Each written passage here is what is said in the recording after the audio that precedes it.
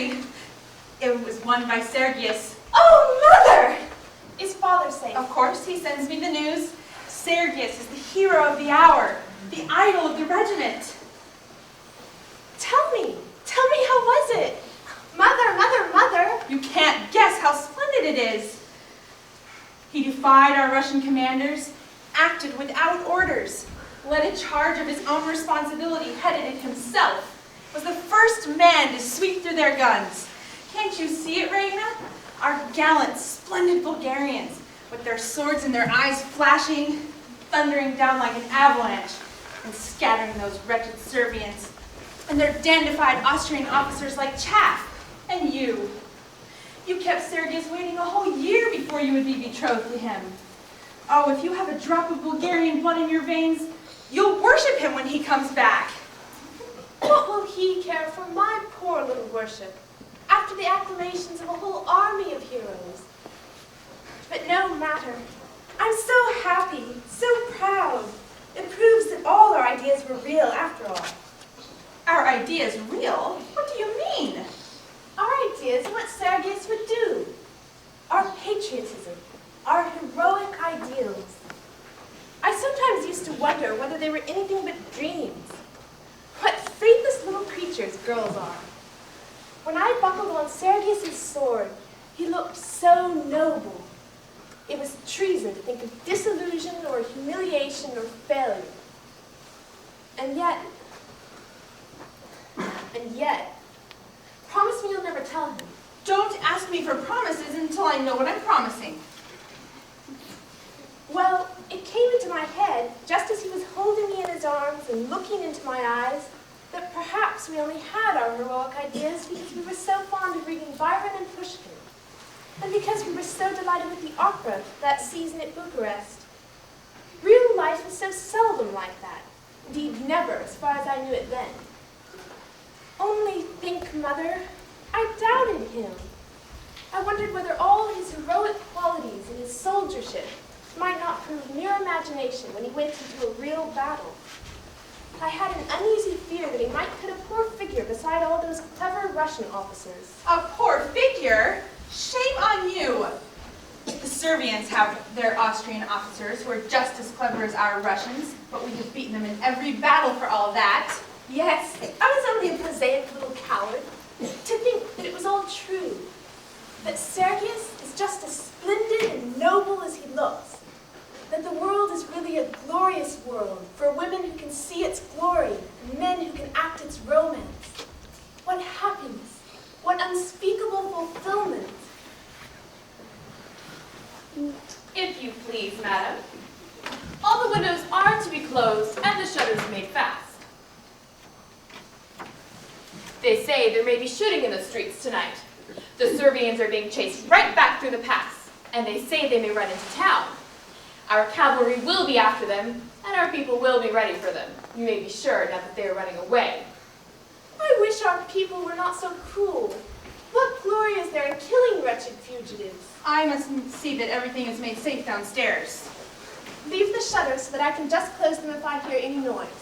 No, dear, you must keep them closed.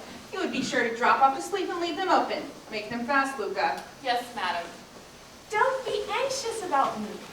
The moment I hear a shot, I shall blow out the candles and roll myself up in bed with my ears well covered. Quite the wisest thing to do, my love. Good night. Good night. Wish me joy, the happiest night of my life. If only there are no fugitives. Go to bed, dear, and don't think of them.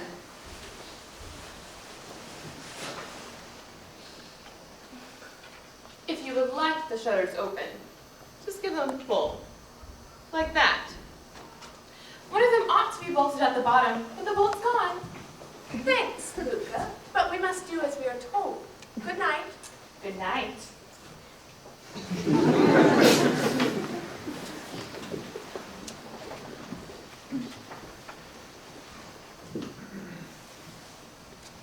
I shall never be unworthy of you any more.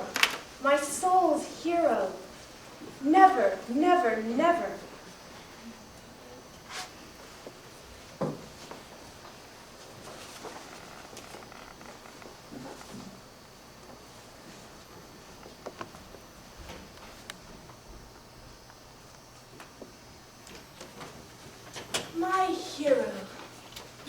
hero.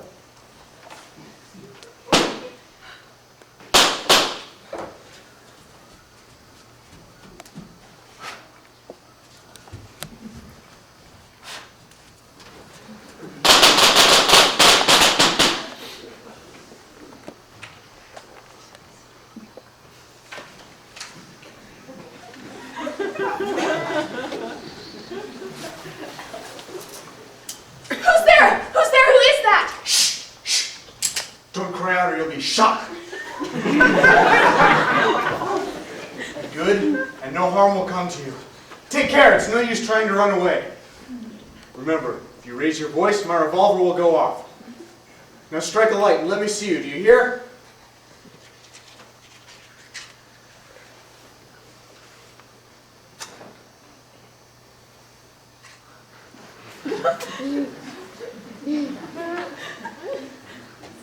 Excuse my disturbing you, but you recognize my uniform. Servian. When caught, I shall be killed. Do you understand that? Yes, I don't intend to get killed if I can help it. Do you understand that? I suppose not. Some soldiers I know are afraid of death. All of them, dear young lady. All of them. It's our duty to live as long as we can. Now, remember, if you raise your voice... You will shoot me. How do you know that I am afraid to die?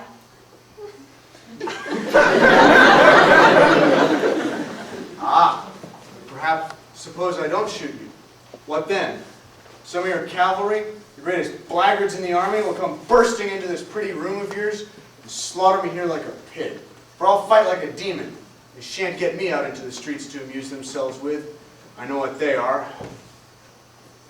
Are you prepared to receive such company in your present undress? Hardly presentable, eh? Stop. Where are you going? Only to get my cloak. Good idea. I'll take that.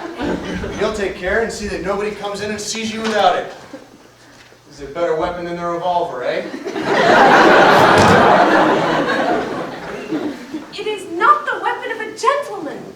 Good enough for a man with only you to stand between him and death. Do you hear? If you're going to bring them in on me, you shall receive them as you are.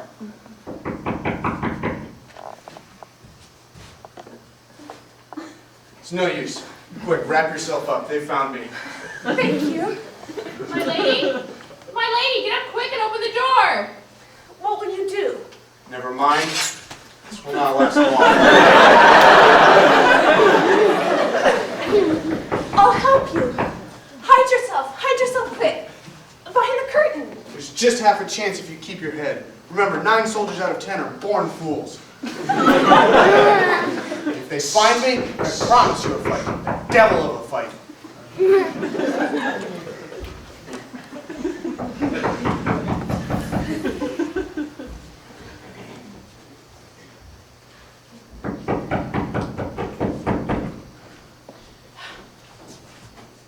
A man has been seen climbing down the water pipe to your balcony, a Servian. The soldiers want to come and search for him, and they are so wild and drunk and furious. My lady says you are to dress at once. They shall not search here. Why have they been let in? Raina, are you safe? Have you seen anyone or heard anything? I heard the shooting. Surely the soldiers will not dare come in here. I have found a Russian officer, thank heaven he knows Sergius. Sir, will you come in now? My daughter will receive you. Good evening, gracious lady. I am sorry to intrude, but there was a fugitive seen hiding on your balcony. Will you and the gracious lady, your mother, please to withdraw whilst we search? Nonsense, sir. You can see that there's no one on the balcony. Take care! Cease fire there, you fools! Do you hear? Cease fire! Could anyone have gotten in without your knowledge? Were you asleep? No, I have not been to bed. Your neighbors have their heads so full of runaway servants that they see them everywhere. Gracious lady, 1,000 pardons. Good night.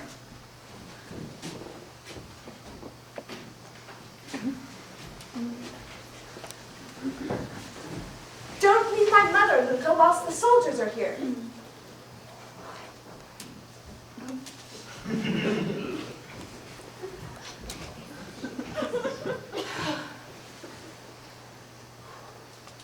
Narrow shave, but a miss is as good as a mile.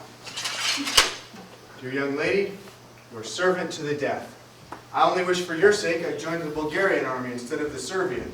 I'm not native Serbian, you know. No, you are one of the Austrians who set the Serbians on to rob us of our national liberty and who officer their army for them. We hate them. Austrian? Not I. Don't hate me, dear young lady. I'm a Swiss, fighting merely as a professional soldier. I joined Serbia because it came first on the road from Switzerland.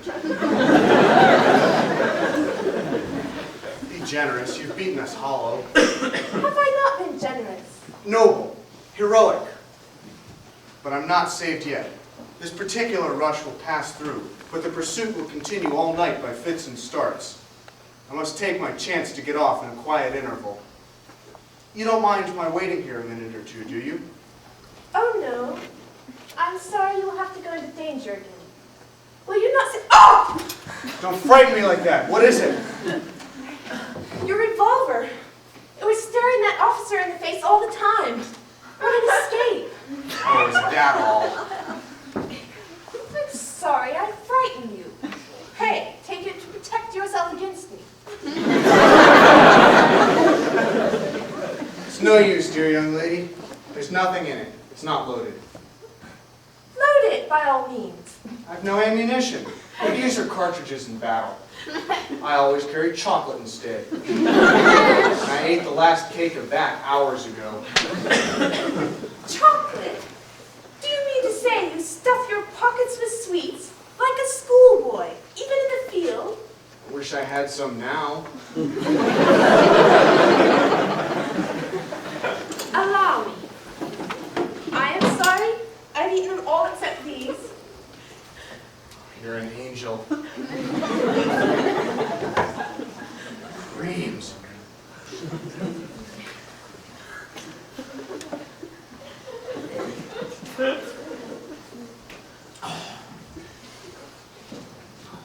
Delicious. Thank you, dear young lady. You can always tell an old soldier by the inside of his holsters and cartridge boxes. The young ones carry pistols and cartridges. The old ones, grub. Thank you. Don't do things so sudden, gracious lady. It's mean of you to revenge yourself because I frightened you just now. Frighten me? Do you know, sir, that though I am only a woman, I think I am at heart as brave as you? I should think so. You haven't been under fire these 3 days as I have. I can stand 2 days without showing it much, but no man can stand 3 days. I'm as nervous as a mouse. Would you like to see me cry? No. Well, if you would, you need only scold me, as if I were a little boy and you my nurse. They're in camp now, they play all sorts of tricks on me. I'm sorry. I won't scold you. You must excuse me. Our soldiers are not like that. Oh yes, they are. There are only 2 types of soldiers. Old ones and young ones. I've served 15 years. Half of your fellows had never smelt powder before. Why, how is it you've beaten us? Sheer ignorance of the art of war, nothing else. I never saw anything so unprofessional. Oh, was it unprofessional to beat you? Well, come, is it professional to throw a regiment of cavalry on a battery of machine guns with the dead certainty that if the guns go off, not a man or horse will get within 50 yards of the fire? I couldn't believe my eyes when I saw it. Did you see the great cavalry charge? Tell me about it. Describe it to me. You never saw a cavalry charge, did you? How could I? Perhaps not, of course. It's a funny thing. It's like slinging a handful of peas against a window pane. First comes one, then 2 or 3 right behind, then all the rest in a lump. Ah, yes. The first bravest of the brave. You should see the poor devil pulling at his horse. Why should he pull at his horse? Because it's running away with him, of course. Do you think he wants to get there before the others?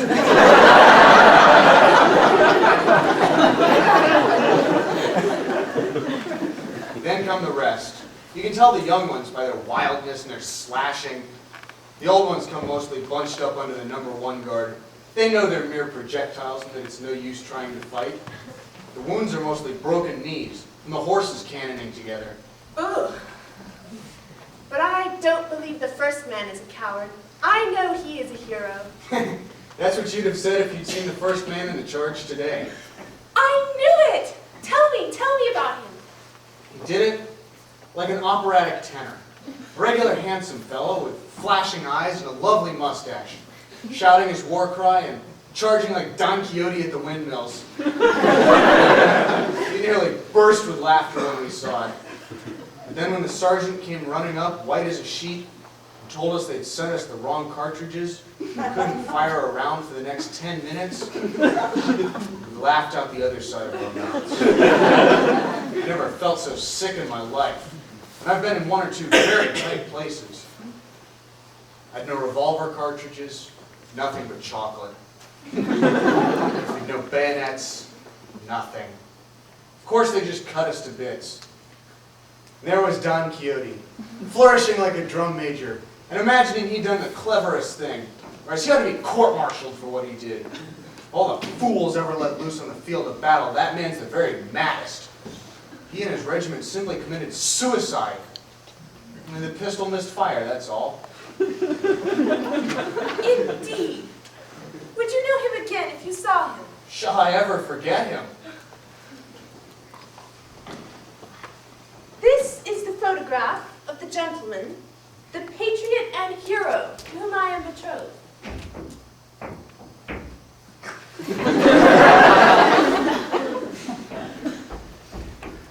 I'm really very sorry. Was it fair to lead me on like that? Yes, that's Don Quixote, not a doubt of it. Why do you laugh? I didn't laugh, I assure you. At least, I didn't mean to laugh. When I think of him charging the windmills and imagining he'd done the finest thing. Give me back that portrait, sir. Certainly. Of course.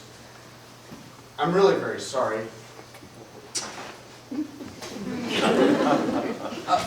Perhaps I'm quite wrong. No doubt I am. Most likely he got wind of the cartridge business somehow and knew it was a safe job. That is to say he was a pretender and a coward. You did not dare say that before. It's no use, dear young lady. I can't make you see it from the professional point of view.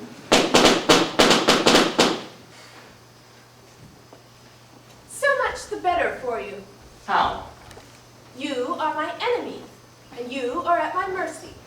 What would I do if I were a professional soldier? Ah, true, dear young lady. You're always right. I know how good you've been to me. To my last hour, I shall remember those 3 chocolate creams. It was unsoldierly, but it was angelic. Thank you. And now I shall do a soldierly thing. You cannot stay here after what you have just said about my future husband. But I will go onto the balcony and see if it is safe for you to climb down into the street. Down that water pipe. Stop! Wait. I can't. I daren't. The very thought of it makes me giddy. I came up fast enough with death right behind me. But to face it now in cold blood? It's no use. I give up. I'm beaten. Give the alarm. Come, don't be disheartened. You're a very poor soldier, a chocolate cream soldier. Come, cheer up. It takes less courage to climb down than to face capture. Remember that. No. Capture means only death. And death is sleep. Ah, sleep. Sleep. Undisturbed sleep. Climbing down that pipe means doing something. Exerting myself. Thinking. Death 10 times over first. Are you as sleepy as that? Not had 2 hours undisturbed sleep since I joined. I'm on the staff. You don't know what that means. I've not closed my eyes in 48 hours. But what am I to do with you? Of course, I must do something. You see, sleep or no sleep, hunger or no hunger, tired or not tired, you can always do a thing when you know it must be done. Well, that pipe must be got down. Do you hear that, you chocolate cream soldier? But if you fall, I shall sleep as if the stones were a feather bed. Goodbye. stop! They'll kill you. Never mind. That sort of thing's all in my day's work. I'm bound to take my chance. Now, do what I tell you. Put out the candle so they shan't see the light when I open the shutters. And stay away from the window whatever you do. If they see me, they're sure to have a shot at me. They're sure to see you. It's bright moonlight. I'll save you. How can you be so indifferent? You want me to save you, don't you? I really don't want to be troublesome. I'm not indifferent, I assure you. But how's it to be done? Please, come away from the window. Now listen. You must trust to our hospitality. You do not yet know in whose house you are. I am a Petcock. What's that? I mean I belong to the family of the Petcocks, the richest and best known in our country. Oh, yes, of course. I beg your pardon. The Petcocks, to be sure. How stupid of me. You know you never heard of them till this moment. How can you stoop to pretend?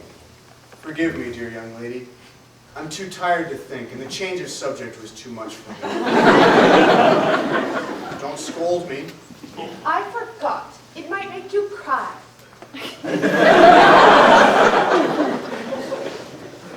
I must tell you that my father holds the highest command of any Bulgarian in our army. He is a major. A major? Bless me, think of that. You showed great ignorance in thinking it was necessary to climb up the balcony, because ours is the only private house with 2 rows of windows. There is a flight of stairs inside to get up and down by. Stairs? How grand. You live in great luxury indeed, dear young lady. Do you know what a library is, sir? A library? A room full of books? Yes, we have one. The only one in Bulgaria. Actually, a real library. I should like to see that. I tell you these things to show you that you are not in the house of ignorant country folk, who would kill you the moment they saw your Serbian uniform, but among civilized people. We go to Bucharest every year for the opera season, and I have spent a whole month in Vienna. Saw that at once, dear young lady. I saw at once that you knew the world. Have you ever seen the opera Vernani? Is that the one with the devil in it in red velvet and a soldier's chorus? No! Then I don't know it. I thought you might have remembered the great scene where Ernani, flying from his foes, just as you are tonight, takes refuge in the castle of his bitterest enemy, an old Castilian noble. The noble refuses to give him up. His guest is sacred to him. Have your people got that notion? My mother and I can understand that notion, as you call it. And if, instead of threatening with your pistol as you did, you had simply thrown yourself as a fugitive on our hospitality, you would have been as safe as in your father's house. You're quite sure? It's useless to try to make you understand. Don't be angry, dear young lady. You see how awkward it would be for me if there was some sort of mistake. My father's a very hospitable man. He keeps 6 hotels. But I could hardly trust him as far as that. What about your father? He is away at Srebrenica, fighting for his country. I will answer for your safety. There's my hand in pledge of it. Will that reassure you? Better not touch my hands, dear young lady. I must have a wash first. That is very nice of you. I see you are a gentleman. Hey? You must not think that I am surprised. Bulgarians of really good standing, people in our position, wash their hands nearly every day. But I appreciate your delicacy. You may take my hand. Thank you, dear young lady. I feel safe at last. And now, would you mind breaking the news to your mother? I'd better not stay here secretly longer than is necessary. If you will be so good as to stay perfectly still whilst I am away. Certainly.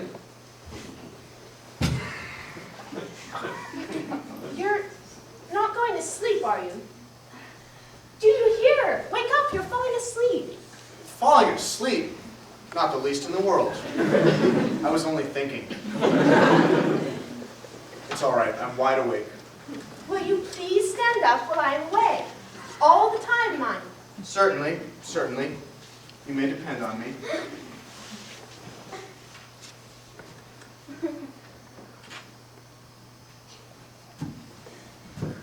Sleep, sleep, sleep. Where am I? That's what I want to know. Where am I? Just keep awake. Nothing keeps me awake, except danger. Where is danger? Just find it.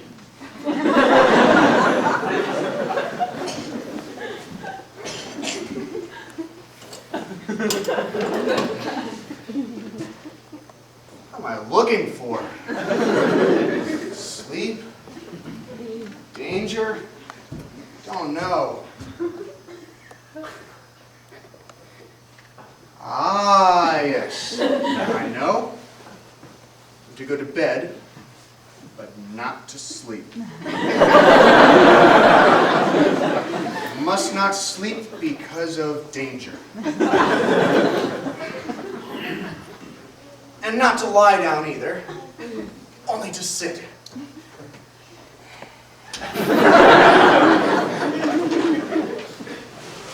He's gone, I left him here. Oh, here then he must have climbed down.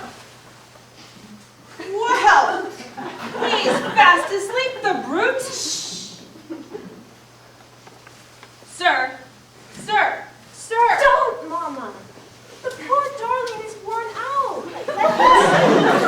The poor darling. Lena.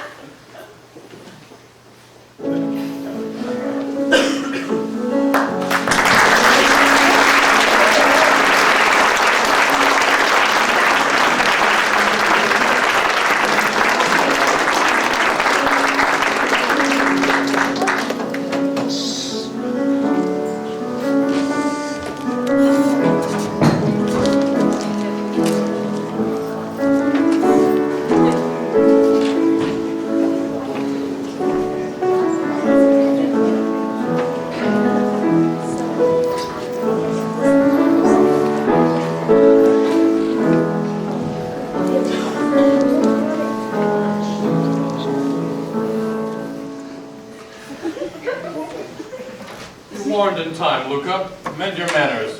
I know the mistress. She is so grand that she never dreams that any servant could dare be disrespectful to her.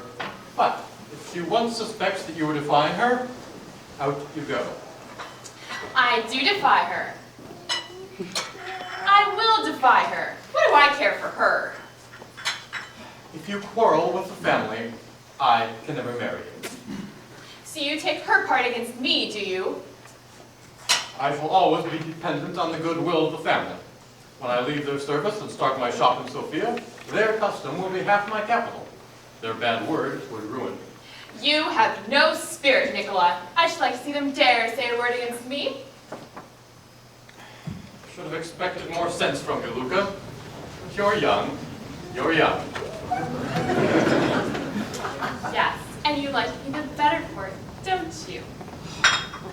I know some family secrets they wouldn't care to have told, young as I am. Do you know what they would do if they heard you talk like that? What could they do? Discharge you for untruthfulness. Who would believe any stories you told after that? Who would give you another situation? Who in this house would dare be seen speaking with you ever again? How long would your father remain on his little farm? Child, you don't know the power such high people have over the like of you and me when we try to rise out of our poverty against them. Look at me. 10 years in their service. Do you think I know no secrets?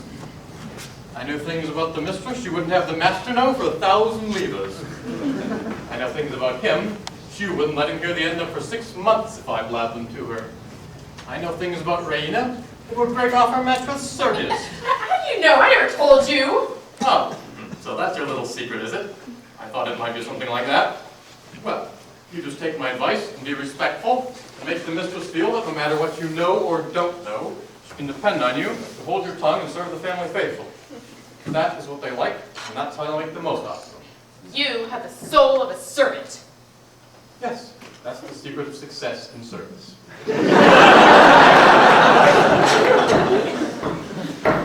Hello there, Nicola. Master back from the war. My word for it, Luca, the war's over. Off with you and get some fresh coffee. You'll never put the soul of a servant to me.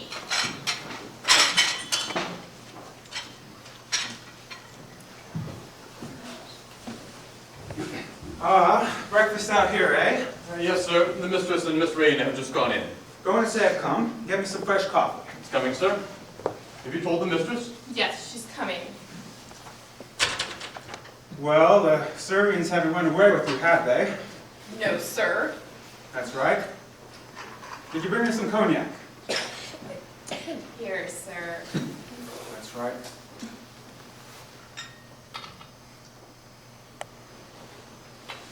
My dear Paul, what a surprise for us. Have they brought you fresh coffee? Yes, Luke has been looking after me. The war's over. The treaty was signed 3 days ago at Bucharest, and the decree for our army to demobilize was issued yesterday. Paul, have you let the Serbians force you to make peace? My dear, they did not consult me. What could I do? But of course, we saw to it the treaty was an honorable one. It declares peace, Peace? but not friendly relations, remember that. They wanted that put in, but I insisted on it being struck out. What more could I do? You could have annexed Serbia and made Prince Alexander Emperor of the Balkans. That's what I would have done. My dear, I don't doubt that in the least. But I should have had to subdue the whole Austrian Empire first, and that would have kept me far too long away from you. I missed you greatly. Oh, And how have you been, my dear? my usual sore throats, that's all. It comes from washing your neck every day. I've often told you so. Nonsense. I don't believe in going too far with all these modern customs. All this washing can't be good for your health. It's not natural. Why, there was an Englishman at Philippopolis who used to wet himself with cold water every morning when he got up. Disgusting. It all comes from the English. Their climate makes them so dirty that they have to be perpetually washing themselves. Well, look at my father. He never had a bath in his life, and he lived to be 98. The healthiest man in Bulgaria. I don't mind a wash once a week to keep up my position, but once a day is carrying the thing to a ridiculous extreme. You are a barbarian at heart still, Paul. I hope you have behaved yourself before all those Russian officers. I did my best. I took care to let them know we have a library. Oh, but you didn't tell them about the electric bell. I have had one put in. And what's an electric bell? You push a button, something tinkles in the kitchen, and Nicola comes up. And why not shout for him? Civilized people never shout for their servants, Paul. I've learned that while you were away. Well, I've learned something too. Civilized people don't leave their washing out to dry where visitors can see them. So you best have all that put elsewhere. I don't believe really refined people notice such things. Ah, there's Sergius. Hello, Nicola. Paul, don't shout. It really isn't nice. Gosh. Nicola. Yes, sir? If that is Major Sharonov, bring him around this way. Yes, sir? You must talk to him, my dear, until Raina takes him off our hands. He bores my life about our not promoting him. Over my head, if you please. He certainly ought to be promoted once he marries Raina. The country should insist on having at least one native general. Yes? So we can throw away whole brigades instead of regiments? It's of no use, my dear. He hasn't the slightest chance of promotion until we're quite sure the peace will be a lasting one. Major Sergius Saranov. Ah, here already, Sergius. Glad to see you. My dear Sergius. My dear mother, if I may call you so. Mother-in-law, Sergius. Mother-in-law. Sit down and have some coffee. Thank you. None for me.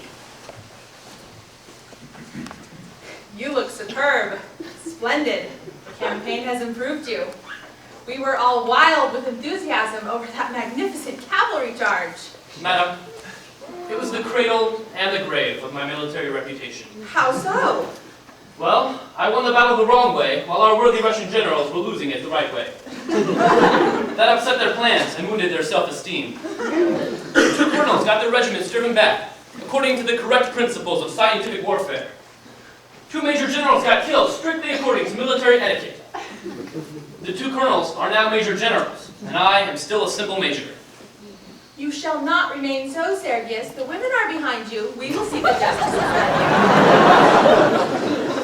It is too late. I have only waited for the peace to send in my resignation. Your resignation?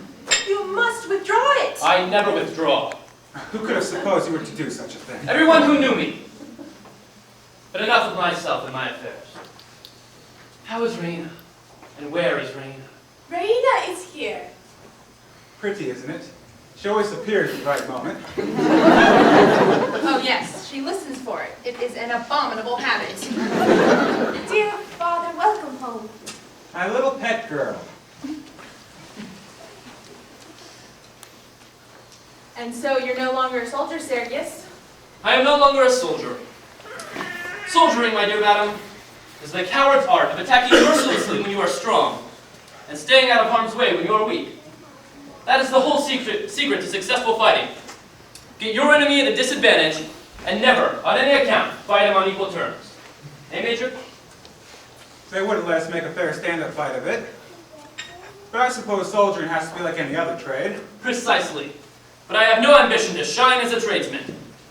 So I have taken the advice of that bagman of a captain who settled the exchange of prisoners with us at Pura, and given it up. What? That Swiss fellow? Sergius, I've often thought of that exchange since. He overreached us on those horses. Of course he overreached us. His father was a hotel and livery stable keeper, and he owed his first step to his knowledge of horse dealing. He was a soldier, every inch a soldier. If only I had bought those horses for my regiment, instead of foolishly leading it into danger. I should have been a field marshal now. A Swiss? What was he doing in the Serbian army? A volunteer, of course. Keen on picking up his profession. We should never have been able to begin fighting if these foreigners hadn't shown us how to do it. We knew nothing about it, and neither did the Serbians. Egad, there'd been no war without them. Are there many Swiss officers in the Serbian army? No, all Austrians. Just as our officers were all Russian. This was the only Swiss I came across. I'll never trust a Swiss again. He unbugged us into giving him 50 able-bodied men for 200 worn-out chargers. They weren't even edible. We were like 2 children in the hands of that consummate soldier, Major. Simply 2 innocent little children. What was he like? Oh, Raina, what a silly question. He was like a commercial traveler in uniform. Bourgeois to his boots. Sergius, tell Catherine that strange story his friend told us about how he escaped after Slivnica. You remember about his being hit by 2 women? Oh, yes. Quite a romance.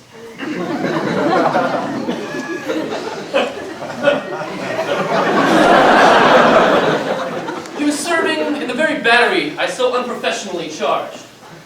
Being a thorough soldier, he ran away like the rest of them, with our cavalry at his heels. To escape their attentions, he had the good taste to take refuge in the chamber of some patriotic young Bulgarian lady. The young lady was enchanted by his persuasive commercial or traveler's manners. She very modestly entertained him for an hour or so, then called in her mother lest her conduct should appear unmaidenly. The old lady was equally fascinated.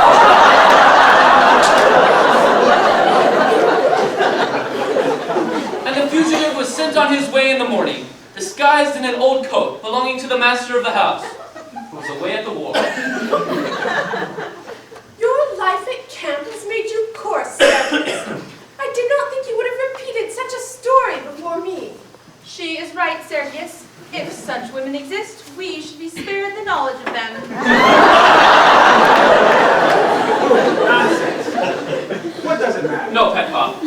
I was wrong. I beg your pardon. I behaved abominably. Forgive me, Raina. And you too, madam. The glimpses I have had of the seamy side of life in the last few months have made me cynical. But I should not have brought my cynicism here. Least of all into your presence, Raina. Stuff and nonsense, Sergius. That's quite enough fuss about nothing. Soldier's daughter should be able to stand up without flinching to a little strong conversation. Come. It's time for us to get to business. We have to make up our minds how we're going to get those 3 regiments back to Philippopolis. There's no forage for them in the Sophia route. Paul, Sergius and Raina have hardly seen each other. Perhaps I can help you settle about the regiments. My dear madam, impossible. Oh no, my dear Sergius, you stay here. There's no hurry. I have a word or two to say to Paul. Come, dear, let me show you the electric bell. Very well, very well.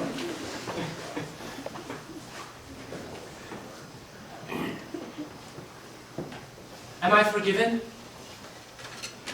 My hero, my king. My queen. How I have envied you, Sergius. You have been out in the world, on the field of battle, able to prove yourself there worthy of any woman in the world, whilst I have had to sit here at home, inactive, dreaming, useless, doing nothing that could give me the right to call myself worthy of any man. Dearest, all of my deeds have been yours. You inspired me. I have gone through the war like a knight in a tournament with this lady looking down at him. And you have never been absent from my thoughts for a moment. Sergius, I think we two have found the higher love. When I think of you, I feel that I could never do a base deed or think an ignoble thought. My lady and my saint. My lord and Shh, my... shh.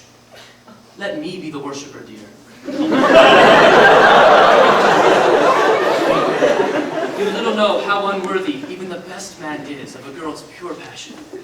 I trust you. I love you. You will never disappoint me, Sergius. I cannot want you to speak indifferently before her. My heart is too full. I will get my hat, and then we can go out until lunch. Wouldn't you like that? Be quick. If you are away 5 minutes, it will seem like 5 hours.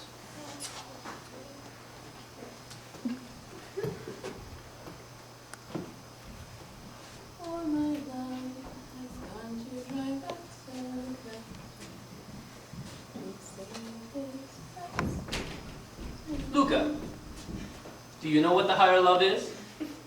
No, sir. It's a very fatiguing thing to keep up for any length of time, Luca. One feels the need of some relief after it. Perhaps you would like some coffee, sir. Thank you, Luca. Sir, you know I didn't mean that. I'm surprised at you. I'm surprised at myself, Luca. What would Sergius, the hero of Slivnica, say if he saw me now? What would Sergius, the apostle of the higher love, say if he saw me now? What would the half-dozen Sergiuses that keep popping in and out of this handsome figure say if they caught us here? Do you consider my figure handsome, Luca?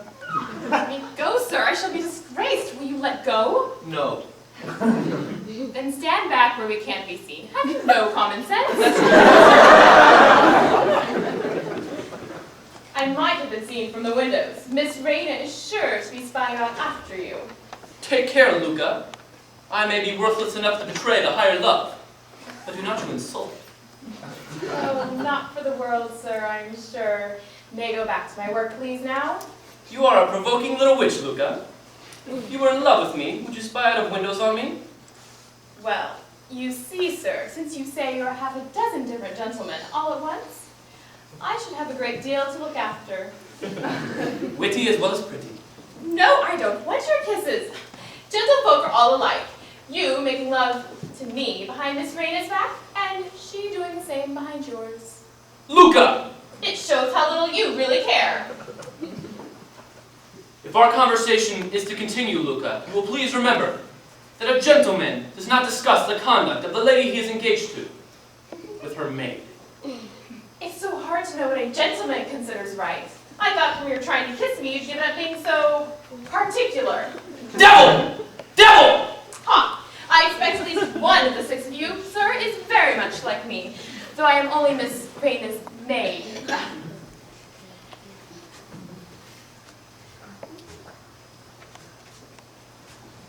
Which of the six is the real man? That's the question that torments me. One of them is a hero, another a buffoon, another a humbug, another perhaps a bit of a blackguard. And one at least is a coward. Jealous, like all cowards.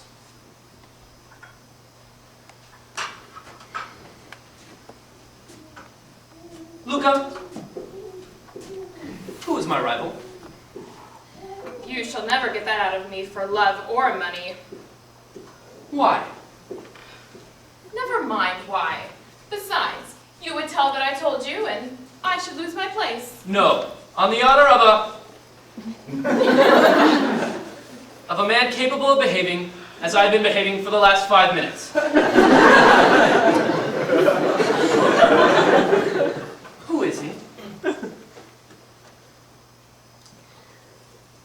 I don't know. I never saw him. I only heard his voice through the door of her room. Oh, Troupe! How dare you? Oh, I mean no harm. You've no right to take up my words like that. The mistress knows all about it. And I tell you, if that gentleman ever comes here again, Miss Raina will marry him, whether he likes it or not.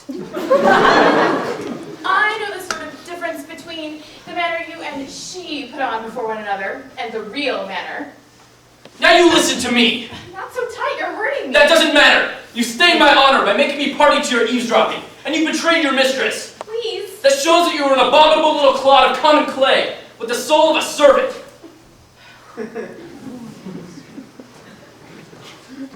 You know how to hurt with your tongue as well as your hands.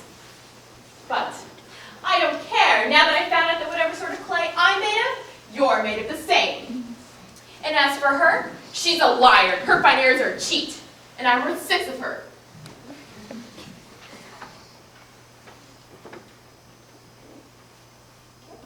Luca,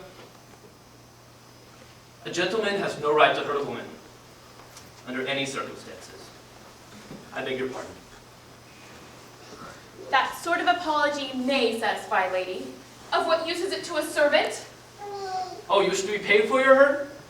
No. I wish my hurt made well. How?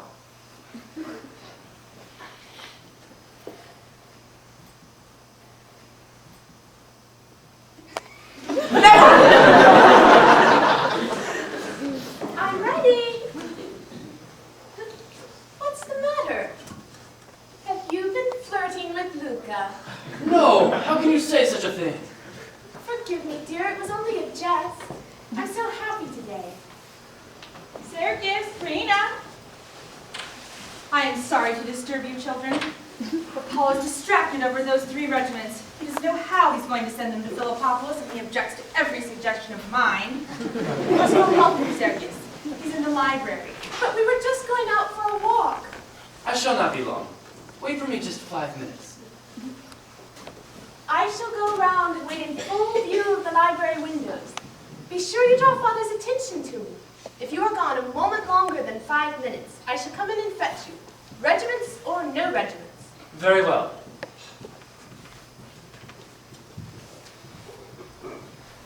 Imagine their meeting that Swiss and hearing the whole story. The very first thing your father asked for when he came back was that old coat we sent him off in. A nice mess you have got us into. The little beast. Little beast? What little beast? To go and tell. Ooh, if I had him here, I'd crown him with chocolate creams till he couldn't ever speak again. Don't talk such stuff, Raina. Tell me the truth. How long was he in your room before you came to me? Oh, I forget. You forget? You cannot forget. Was he there when the officers searched your room, or did he climb up after the soldiers had left? No. Yes, I think he must have been there then. You think? Oh, Raina, Raina, will anything ever make you straightforward? If Sergius finds out, it will be all over between you. Oh, I know Sergius is your pet. I sometimes wish you could marry him instead of me. You would just suit him. You would spoil him and pet him and mother him to perfection. Well, upon my word. I always feel a longing to do or say something dreadful to him. To shock his propriety. To scandalize the five senses out of him. I don't care whether he finds out about the chocolate cream soldier or not. I half hope he may. And what? May I be able to tell your father, pray? Oh, poor father. As if he could help himself. If you were only 10 years younger. Well, There's a messenger at the door for you, madam. A Serbian officer. a Serbian? How dare he? Oh, I forgot. We are at peace now. I suppose we shall have them calling every day to pay their compliments. Well, if he's an officer, why do you take him to your master? He's in the library with Major Saranoff. Why do you come to me? But he asked for you, madam. And I don't think he knows who you are. He said, the lady of the house. He gave me this little ticket for you. Captain Blunchley. That's a German name. Swiss, madam, I think. Swiss? What is he like? He has a big carpet bag. Oh, heavens! He's come to return the coat. Send him away. Say we're not at home. Tell him to leave his address, and I'll write to him. Oh, stop. Wait, that will never do. The master and Major Saranoff are busy in the library, aren't they? Yes, madam. Bring the gentleman here at once, and be very polite to him. Here, leave that here, and go straight back to him. Luca, Yes, madam. he will have to go out that way. Have Nicola bring his bag here after him. His bag. Yes, his bag here, as quickly as possible. Don't forget. How can a man be such a fool? Such a moment to select. Such a...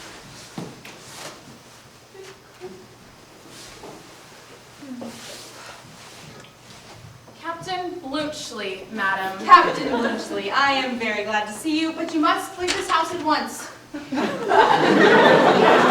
husband has just returned with my future son-in-law, and they know nothing. If they did, the consequences would be terrible. You are a foreigner, and do not feel our national animosities as we do. We still hate the Serbians. The only effect of the peace on my husband has been to make him feel like a lion balked of his prey. If he discovered our secret, my daughter's life would hardly be safe, and he would never forgive me. Will you, like the chivalrous gentleman and soldier that you are, leave this house at once before he finds you here? At once, gracious lady. I only came to thank you and to return the coat you lent me. If you will permit me to take it out of my bag and leave it with your servant as I pass out, I need detain you no further. Oh, you must not think of going that way. This is the quickest way out. Many thanks. So glad to have been of service to you. Goodbye. But my bag? Oh, it shall be sent on. You will leave me your address? Certainly. Permit me.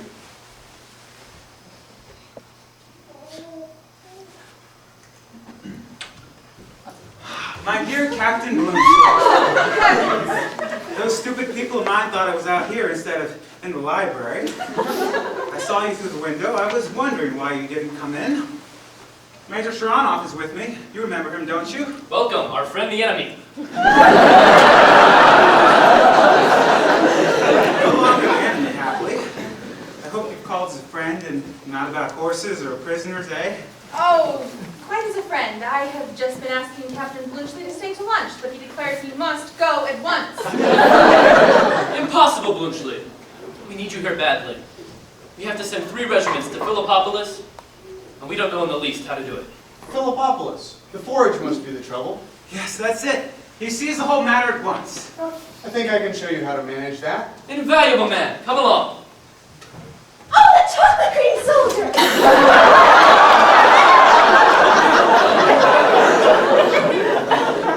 Reina, can't you see we have a guest? Captain Blunchley, one of our new Serbian friends. How silly of me. You see, I had made the most beautiful ornament for the ice pudding, and that stupid Nicola has just put down a pile of plates on it and spoiled it. I hope you didn't think you were the chocolate cream soldier, Captain Blunchley.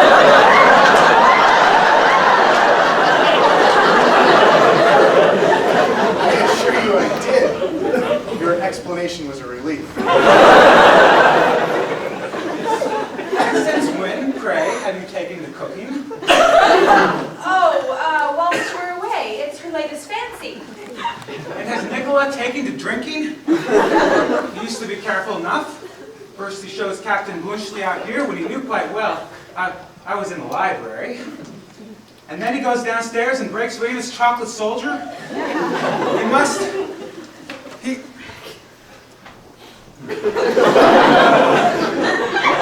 Are you mad, Nicola? Sir? What have you brought that for? My latest orders, Major. Luca told me... My orders? Why should I order you to bring Captain Blunchley's luggage out here? What were you thinking of, Nicola?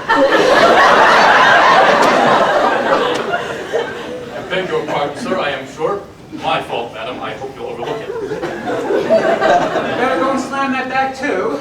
Down in Miss Raina's ice pudding. Down, you butterfucker.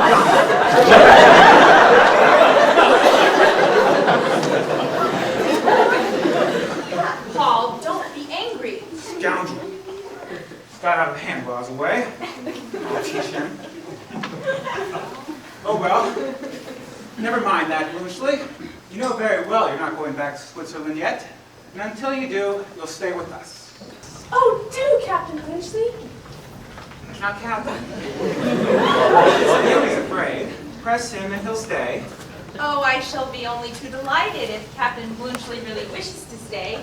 He knows my wishes. I am at Madam's orders. That settles it. Of course. You see, you must stay. Well, I must, I must.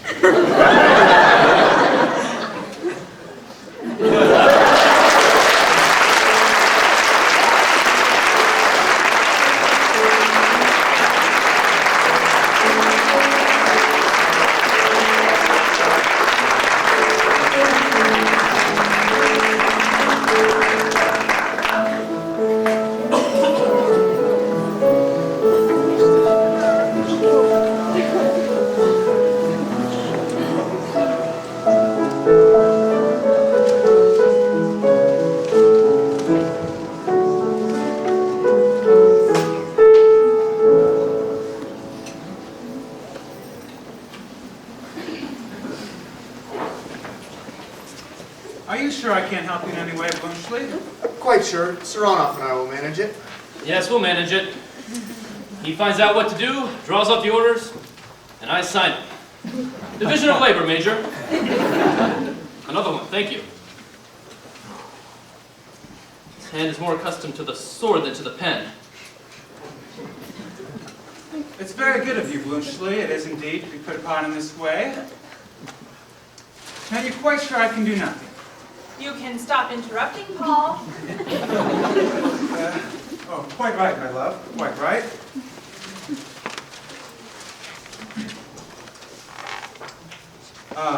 You have no idea how pleasant it is for us to sit here after a good lunch with nothing to do but enjoy ourselves. Now, there's only one thing I want to make me thoroughly comfortable. And what is that? My old coat. I'm not at home in this one. I feel as if I were on parade. My dear Paul, how absurd you are about that old coat. It's probably hanging in the blue closet where you left it. My dear cat, I tell you, I've looked there. Am I to believe my own eyes or not?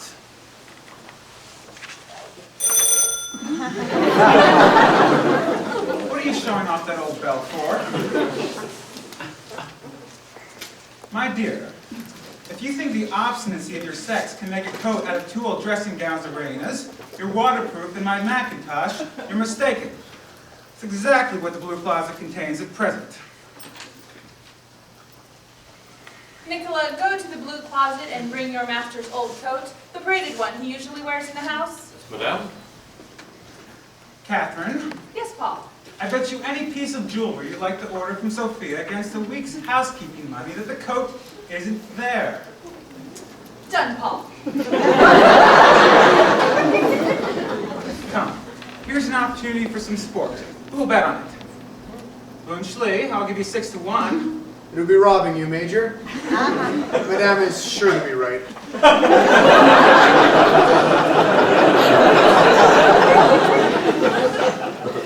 Switzerland. Major, I'll bet my best charger against an Arab mare Farina that Nicola finds the coat in the blue closet. Your best charger? Don't be foolish, Paul. An Arabian mare will cost you 50,000 livres. Really, Mother? If you're going to take the jewelry, I don't see why you should begrudge me my Arab.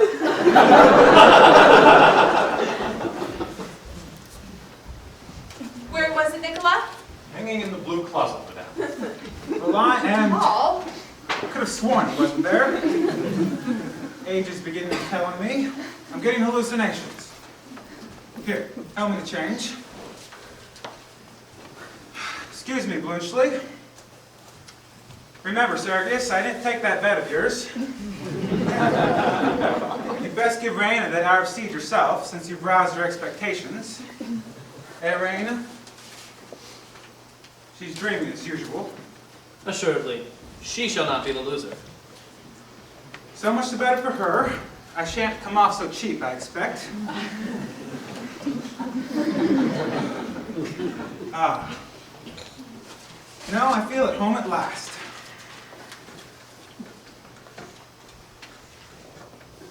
That's the last order. What? Finished? Finished. Haven't you anything for me to sign? Not necessary. His signature will do. I think we've done a thundering good day's work. Can I do anything more? You can both see to the fellows that are to take these, pack them off at once, show them that I've marked on the orders the time they're to be handed in by. Tell them that if they stop to drink or tell stories, if they're 5 minutes late, they'll have the skin taken off their backs. I should say so. And if one of them is mad enough to spit in my face for insulting him, I'll buy his discharge and give him a pension.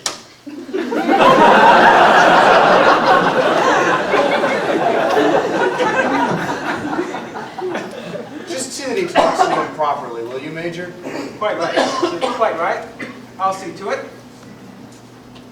By the by, Catherine, you may as well come too. They'll be far more frightened of you than of me. I dare say I had better. You would only splutter at them.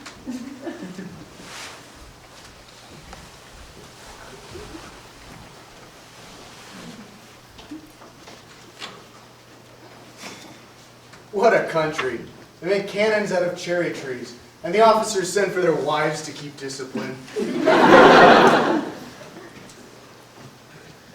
You look ever so much nicer than when we last met. What have you done to yourself? Washed.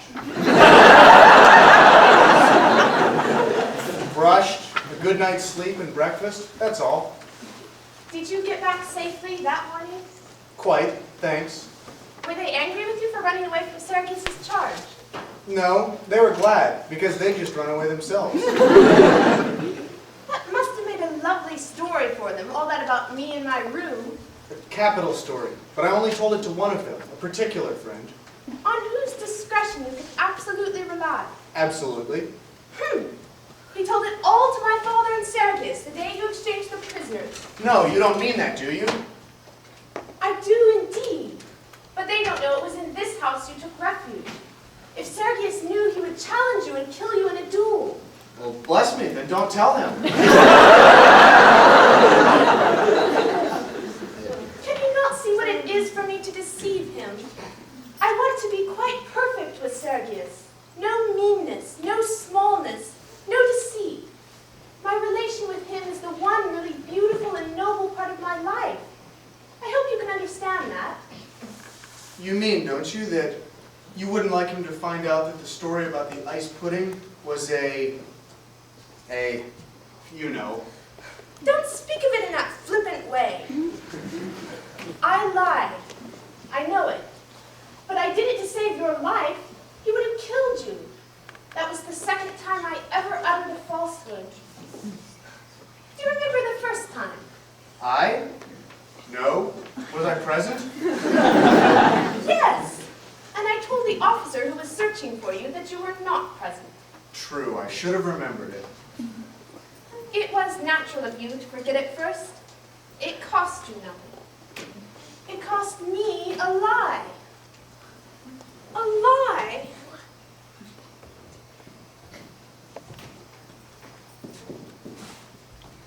My dear young lady, Don't let this trouble you. Remember, I'm a soldier. Now, what are the two things that happen to a soldier so often he comes to think nothing of them? One is hearing people tell lies, and the other is getting his life saved in all sorts of ways by all sorts of people. So he becomes a creature incapable of faith and of gratitude. Do you like gratitude? I don't. If pity is akin to love, gratitude is akin to the other thing. Gratitude? If you are incapable of gratitude, you are incapable of any noble sentiment. Even animals are grateful. I see now exactly what you thought of me. You were not surprised to hear me lie. To you, it was probably something I did every day, every hour. That is how men think of women. There's reason in everything.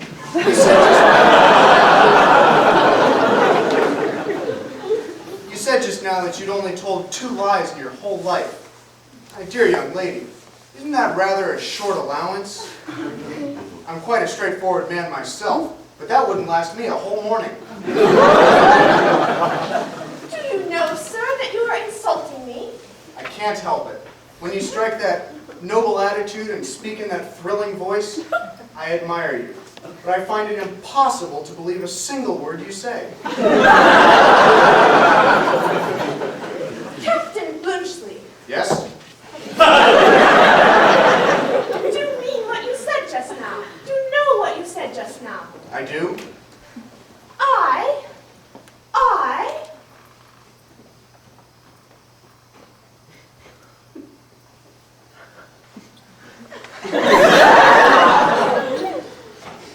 How did you find me out? Instinct, dear young lady. Instinct and experience of the world. Do you know? You are the first man I ever met who did not take me seriously. You mean, don't you, that I'm the first man who ever took you quite seriously? Yes, suppose I do mean that. How strange it is to be talked to in such a way. You know, I've always gone on like that. I mean, the noble attitude and the thrilling voice. I did it when I was a tiny child for my nurse.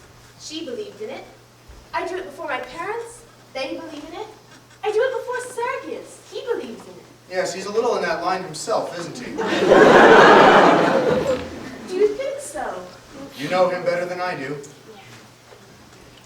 I wonder, is he? If I thought that. Oh well, what does it matter? Now you've found me out, you probably despise me. No, my dear young lady. No. No, 1,000 times.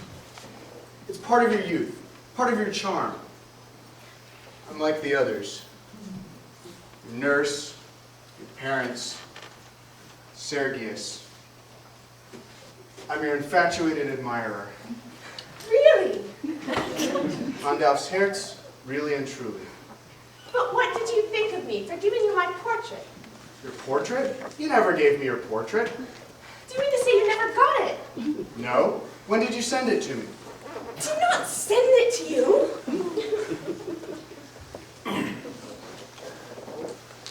It was in the pocket of that coat. Oh. Well, I never found it. It must be there still. There still! There for my father to find the first time he puts his hand in his pocket. How could you be so stupid?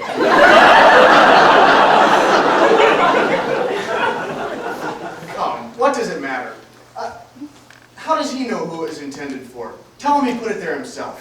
That is so clever, so clever. What shall I do? Ah, I see. You wrote something on it. That was rash. To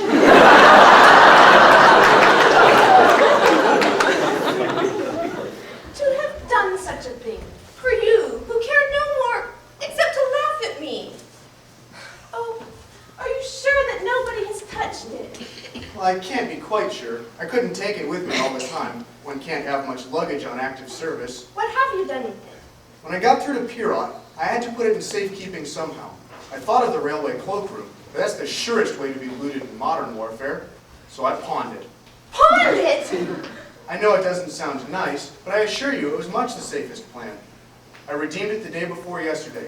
Heaven only knows whether the pawnbroker cleared out the pockets or not. You have a low shopkeeping mind. You think of things that would never come into a gentleman's head. That's the Swiss national character, dear lady.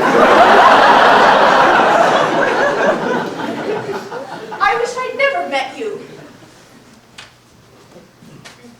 Those are for you. The messenger is waiting. Will you excuse me? The last mail to reach me was 3 weeks ago. These are the subsequent accumulations. 4 telegrams. A week old.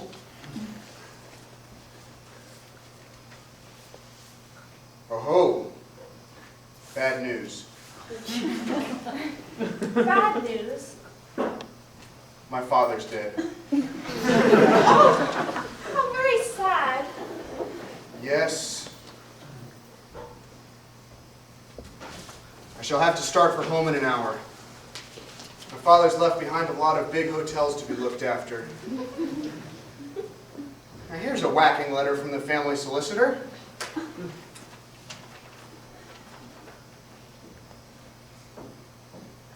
Great heavens!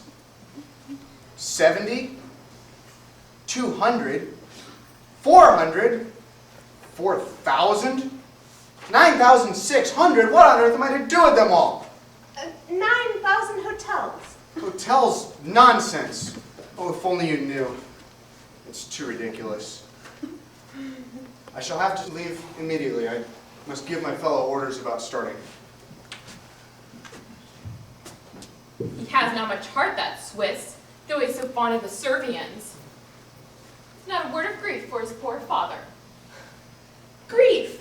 A man who's been doing nothing but killing people for years. What does he care? What does any soldier care? Major Saranoff has been fighting too, and he has plenty of heart left. Thought you wouldn't get much feeling out of your soldier. Ah, I've been trying all the afternoon to get a word along with you, my girl. Why, what fashion is that of wearing your sleeve, child? My own fashion. Indeed. If the mistress sees you, she'll talk to you. Is that any reason why you should take it upon yourself to talk to me? Come, don't be so contrary with me. I have some good news for you. See? 20 leave a bill. Sergius gave me that, out of pure swagger. A fool and his money are soon parted. Here, 10 levers more. The Swiss gave me that, for backing up the mistresses and Raina's lies about him. He's no fool, he isn't. Should have heard old Catherine downstairs, as polite as you please to me, telling me not to mind the major being a little impatient. Well, they knew what a good servant I was, after making a fool and a liar of me before them all. 20 shall go to our savings, and you shall have the 10 to spend, if you'll only talk to me so as to remind me I'm a human being. I get tired of being a servant occasionally. Yes, sell your manhood for 30 levas and buy me for 10. Keep your money. You were born to be a servant. I was not. When you set up your shop, you will only be everybody's servant instead of somebody's servant. Ah, wait till you see. We shall have our evenings to ourselves, and I shall be master in my own house, I promise you. You shall never be master of mine. You have a great ambition in you, Luca. Only remember, if any luck comes to you, it was I that made a woman of you. You? Yes, me. Who was it made you give up wearing a couple of pounds of false black hair on your head and reddening your lips and cheeks like any other Bulgarian girl? I did. Who taught you to trim your nails, keep your hands clean, be dainty about yourself, like a fine Russian lady? Me. Do you hear that? Me. I've often thought that if Raina were out of the way, you just a little less of a fool, and Sergius just a little more of one, you might come to be one of my grandest customers, instead of being only my wife and costing me money.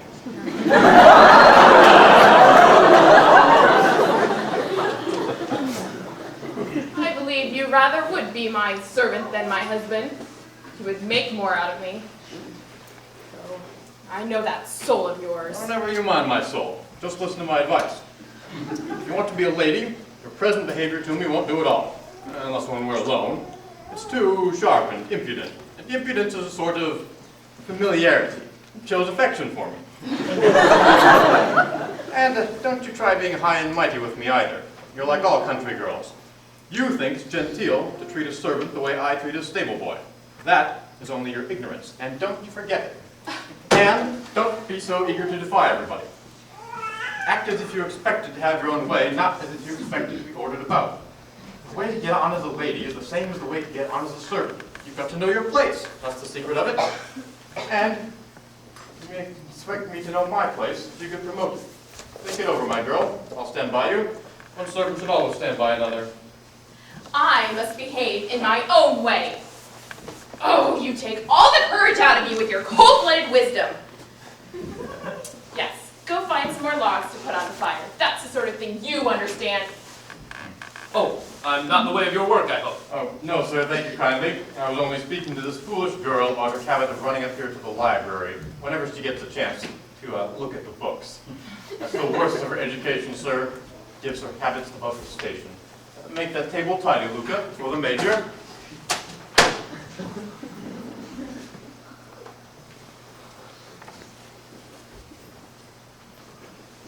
Let me see. Is there a mark there? Does it hurt? Yes? Shall I cure it? No, you cannot cure it now. Quite sure. Do not trifle with me, sir. An officer should not trifle with a servant. That was no trifle, Luca. Are you sorry? I am never sorry. I wish I could believe a man could be as unlike a woman as that. I wonder, are you really a brave man? Yes, I am a brave man. My heart jumped like a woman's at the first shot, but in the charge I found that I was brave. Yes, that at least is real about me. Did you find in the charge that the men whose fathers were poor like mine were any less brave than the men who are rich like you? Not a bit. They all slashed and cursed and yelled like heroes. The courage to rage and kill is cheap. I have an English bull terrier who has as much of that sort of courage as the whole Bulgarian nation with the whole Russian nation at his back. But he lets my groom thrash him all the same. That's your soldier all over. No, Luca. Your poor men can cut throats, but they are afraid of their officers. They put up with insults and blows. They stand by and see one another punished like children. Aye, and help to do it when they are ordered. And the officers, well, I am an officer. Oh, give me the man who will defy to the death any power on earth or in heaven that sets itself up against his own will and conscience. He alone is the brave man. How easy it is to talk. Men never seem to me to grow up. They all have schoolboys' ideas. You don't know what true courage is. Indeed, I am willing to be instructed. Look at me. How much am I allowed to have my own will? I have to get your room ready for you, to sweep and dust, to fetch and carry. How could that degrade me if it did not degrade you to have it done for you? But if I were the Empress of Russia, above everyone in the world, then, then, though according to you I could show no courage at all, you should see. You should see. What would you do, most noble Empress? I would marry the man I loved, which no other queen in Europe has the courage to do. If I loved you, though you be as far beneath me as I am now beneath you, I would dare be the equal of my inferior. Would you dare as much if you loved me? No. If you felt the beginnings of love for me, you would not let it grow. You would marry a rich man's daughter, because you'd be afraid of what other people would say of you. You lie! It is not so by the stars. If I loved you, and were the Tsar himself, I would set you on the throne by my side. But you know that I love another woman. A woman as high above you as heaven is above earth. You are jealous of her. I have no reason to be. She will never marry you now. The man I have told you of has come back. She will marry the Swiss. The Swiss? Yes, a man worth 10 of you. Then you will come to me, and I will refuse you. You're not good enough for me. I will kill the Swiss, and afterwards I will do with you as I please. The Swiss will kill you, perhaps. He's beaten you in love. He may have beat you in war. Do you think that I believe that she whose worst thoughts are higher than your best ones, is capable of trifling with another man behind my back? Do you think she would believe the Swiss if he told her now you have me in your arms? Stulti mir Azerba! Mockery! Mockery everywhere! Everything I think is mocked by everything I do. Coward! Liar! Fool! Shall I kill myself like a man?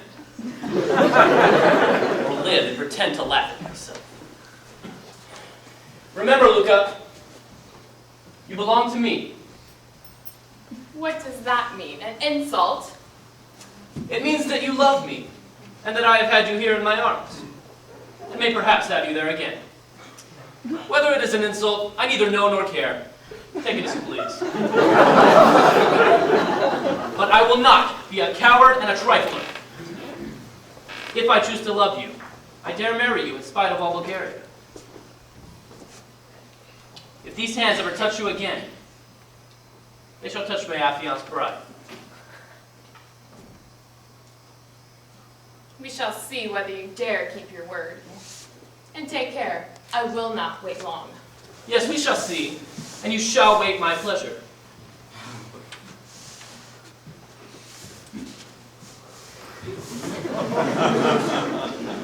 It's a remarkable-looking young woman. Captain Bluchleaf, Eh?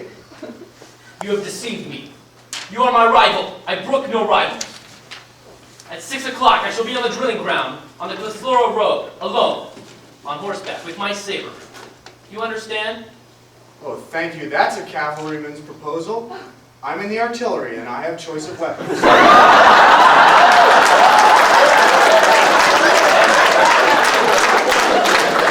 If I come, I shall bring a machine gun. And there shall be no mistake about the cartridges this time. Take care, sir. It is not our custom in Bulgaria to allow invitations of that kind to be trifled with. Pooh, don't talk to me about Bulgaria. You don't know what fighting is. But have it your way. Bring your saber. I'll meet you. Well said, Switzer. Shall I lend you my best horse? No, never mind your horse. Thank you all the same, my dear fellow. I'll fight you on foot. Horseback's too dangerous. I don't want to kill you if I can help it. I heard what Captain Blunchley said, Sergius. You're going to fight. Why? What about? I don't know. He hasn't told me.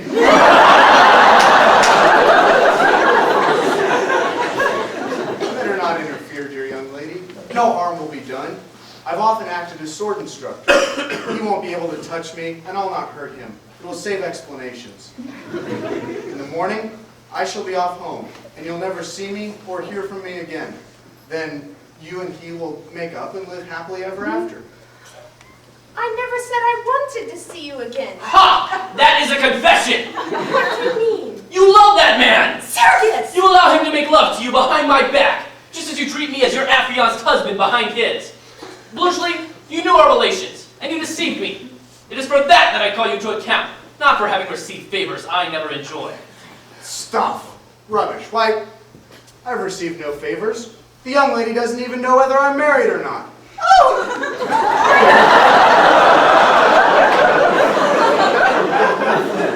You see the young lady's concern, Captain Blunchley. Denial is useless. You've enjoyed the privilege of being received in her room, late at night. Yes, you blockhead. She received me with a pistol at her head. Your cavalry were at my heels. I'd have blown out her brains if she'd uttered a cry. Blunchley! Raina, is this true? Oh, how dare you! How dare you! Apologize, man. Apologize. I never apologize.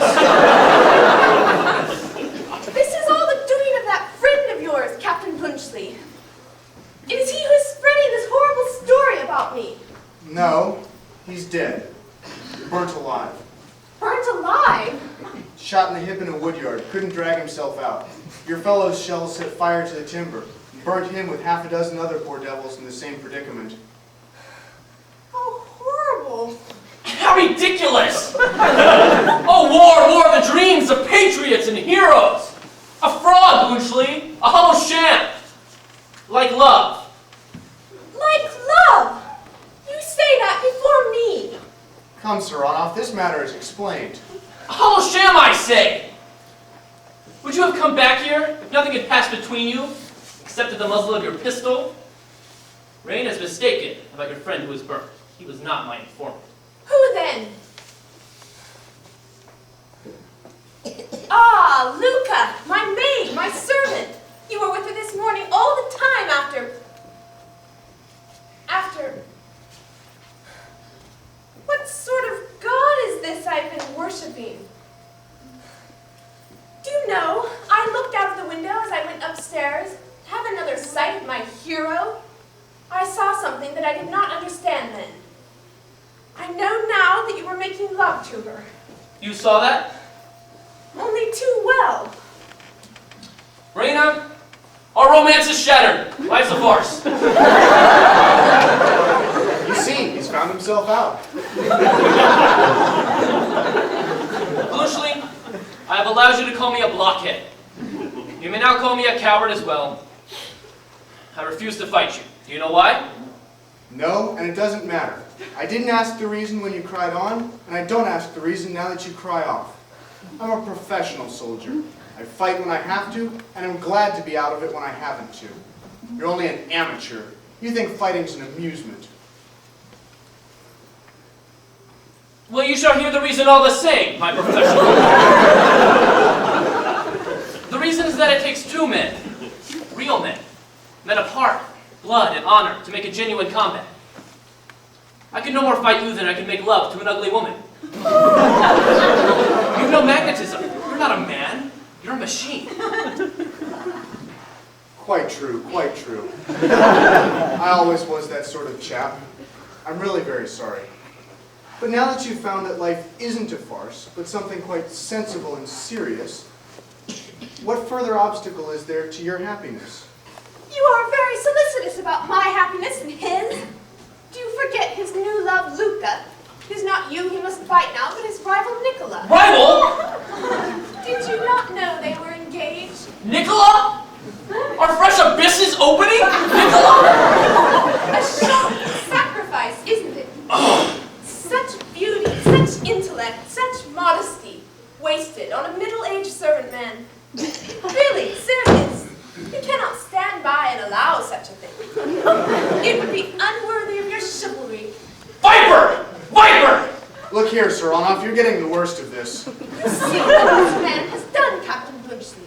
He has sent this girl as a spy on us, and her reward is that he makes love to her. False! Monstrous! Monstrous! Do you deny that it was she who told you about Captain Blunchley being in my room? No, but... Do you deny that you were making love to her when she told you? No, but I tell It you... is unnecessary to tell us anything more. That is quite enough for us. Told you were getting the worst of it, Sir Onoff. Tiger cat! You hear this man calling me names, Captain Blunchley. What else can he do, dear young lady? He must defend himself somehow. Don't quarrel. What good does it do? Engaged to Nicola. Well, Blunchley, you are right to take this huge imposture of a world coolly. I dare say you think us a couple of grown-up babies, don't you? Oh, he does, he does. Swiss civilization, nurse-tending Bulgarian barbarism, eh? Not at all, I assure you. I'm only too glad to get you two quieted again. There. Let's be pleasant and talk this over in a friendly way. Where's the other young lady? Listening at the door, probably. I will prove that that, at least, is a calumny.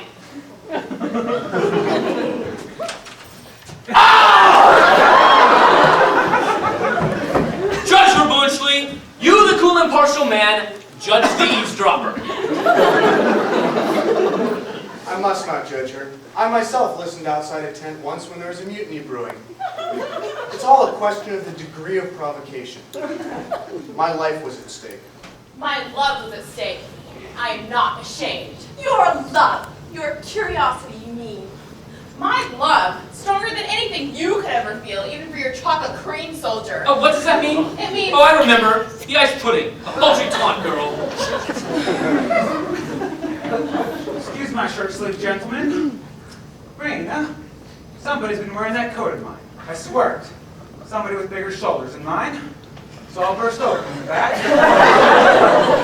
Your mother's been in it. I do wish she'd make haste. I shall catch cold.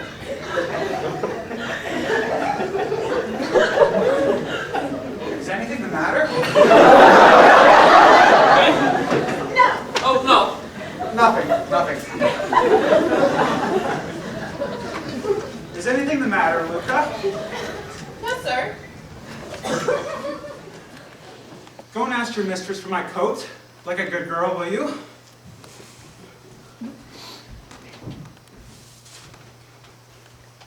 Here it is, Papa. Give that to me, Nicola. You put some more wood on the fire. Going to be very good with poor old Papa for just one day after his return from the wars, eh? Oh, Father, how can you say that to me? Well, only a joke, little one. Come, give me a kiss. Now give me the coat. No, I'm going to put it on for you. Turn your back.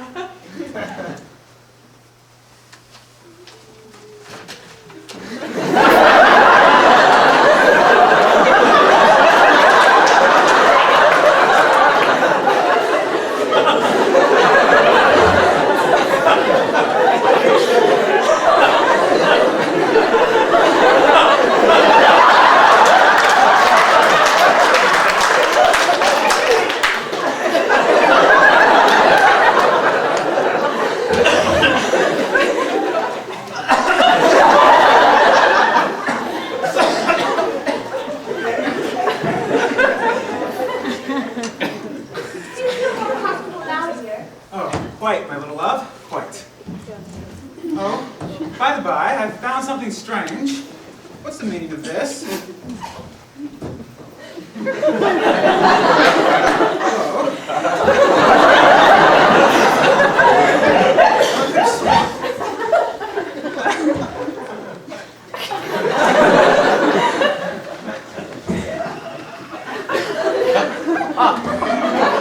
Your mother's taken it. Taken what? Your photograph with the inscription, Raina, to her chocolate cream soldier, a souvenir. Now you know there's something more to this than meets the eye, and I'm going to find out. Nicola, Sir, did you spoil the pastry of Miss Raina's this morning? you heard Miss Raina say that I did, sir? I know that, you idiot. I am certain Miss Raina is incapable of saying anything that is not true, sir. Are you? Well, I'm not. Come. Do you not think I see it all? Sergius, you're the chocolate cream soldier. I, a chocolate cream soldier? Certainly not. Not? Do you mean to tell me that Raina sends photographic souvenirs to other men? The world is not such an innocent place as we used to think, Petkoff. It's all right, Major. I'm the chocolate cream soldier. The young lady saved my life when I was starving by giving me 3 chocolate creams. Shall I ever forget their flavor? My late friend Stoltz told you the story at Pirot. I was the fugitive. You? Sergius, do you remember how those 2 women went on this morning when we mentioned it?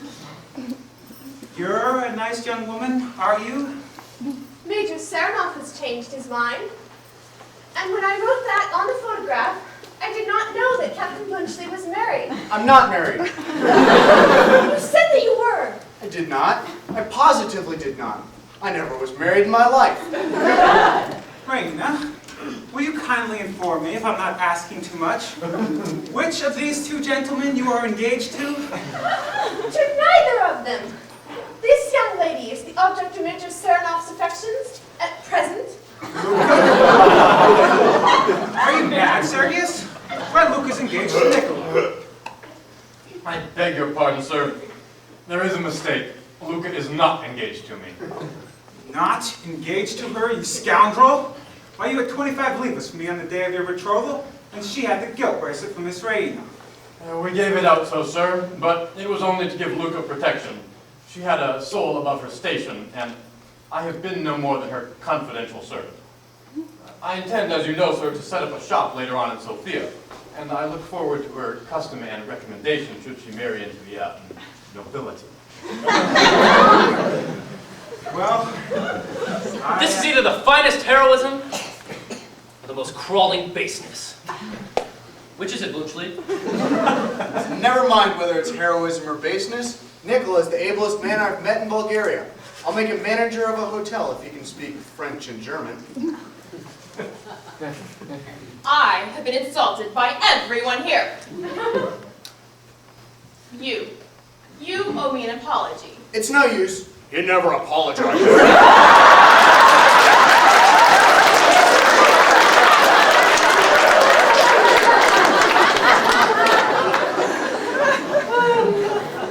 No, not to you as enemy and his equals, but to me, his poor servant who will not refuse to apologize.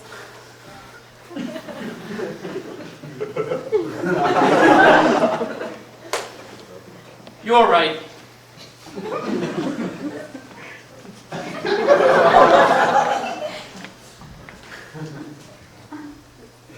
Forgive me.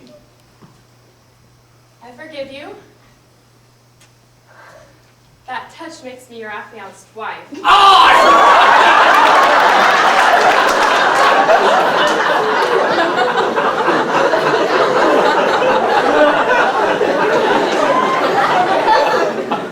You can withdraw if you like.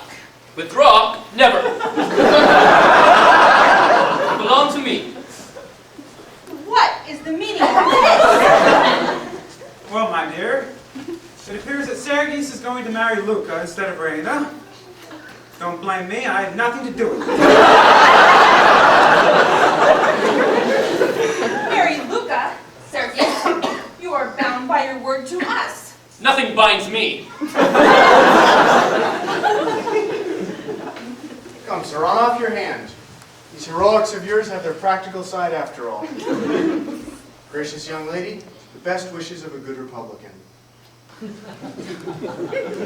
Luca, you have been telling stories. I have done Raina no harm. Raina? I have a right to call her Raina. She calls me Luca. I told Major Serenoff she would never marry him if that Swiss gentleman ever came back. What's that? I thought you were fonder of him than of Sergius.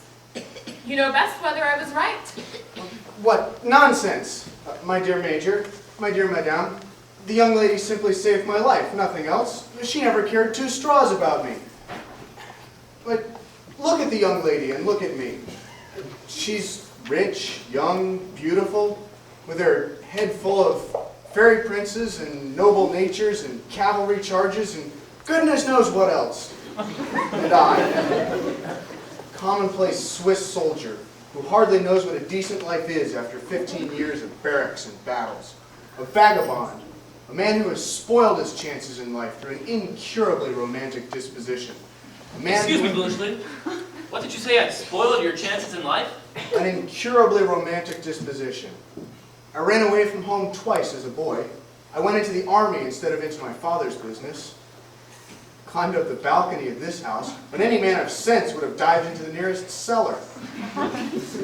Came sneaking back to have another look at the young lady, when any other man my age would have simply sent the coat back and gone... My coat? Yes, that's it. Would have simply sent the coat back and gone quietly home.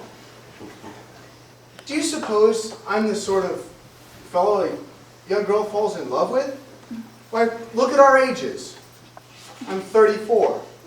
I don't suppose the young lady is much over 17. Why, all this adventure, which was life or death to me, was mere schoolgirls' games to her. Chocolate creams and hide and seek. Why, here's the proof. I ask you, would a woman who took this affair seriously have written Raina to her chocolate cream soldier a souvenir? That's what I was looking for. Who's gonna get there?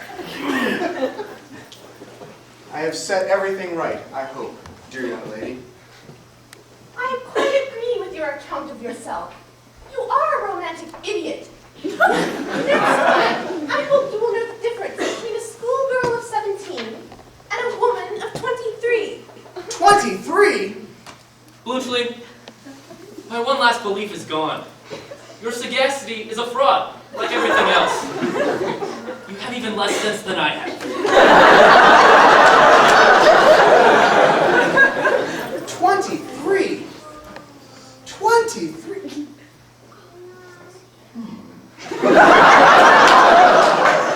In that case, Major Petkoff, I beg to propose formally to become a suitor for your daughter's hand, in place of Major Serrano, retired. You dare! If you were 23 when you said those things this afternoon, I shall take them seriously. I doubt, sir, whether you quite realize either my daughter's position or that of Major Sergius Sranoff, whose place you propose to take. The Petkoffs and the Sranoffs are the richest and most important people in the country. Our position is almost historical. We can go back for nearly 20 years. Never mind that, Catherine.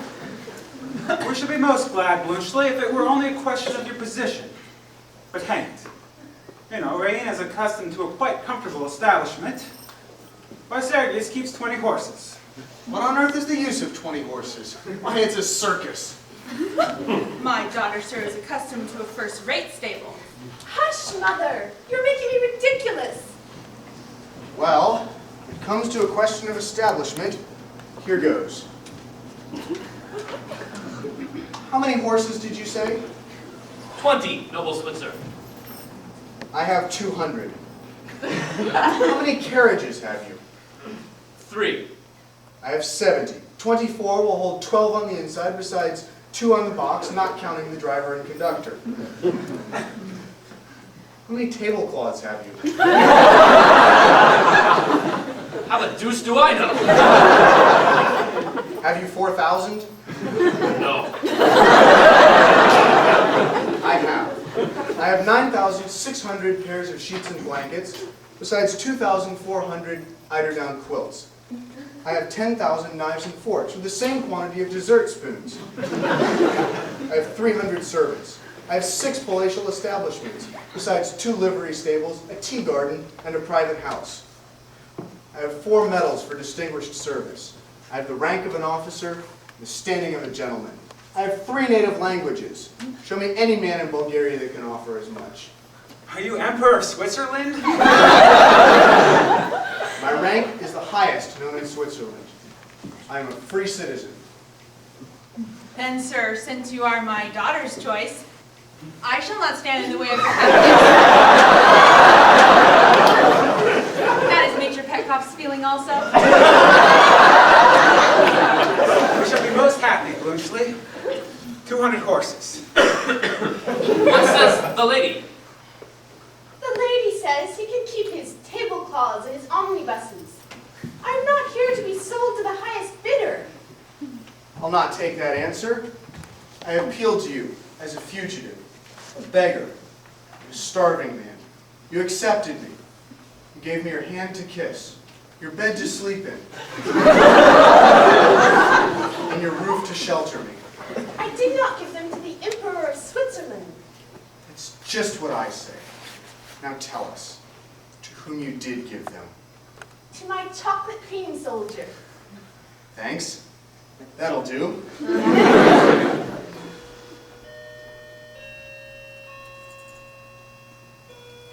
Time's up, Major. You've managed those 3 regiments so well, you'll be sure to be asked to get rid of some of the infantry of the Timok division. Send them home by way of Lampalanka. Saranov, don't get married until I come back. I shall return at punctually 5 in the evening on Tuesday fortnight.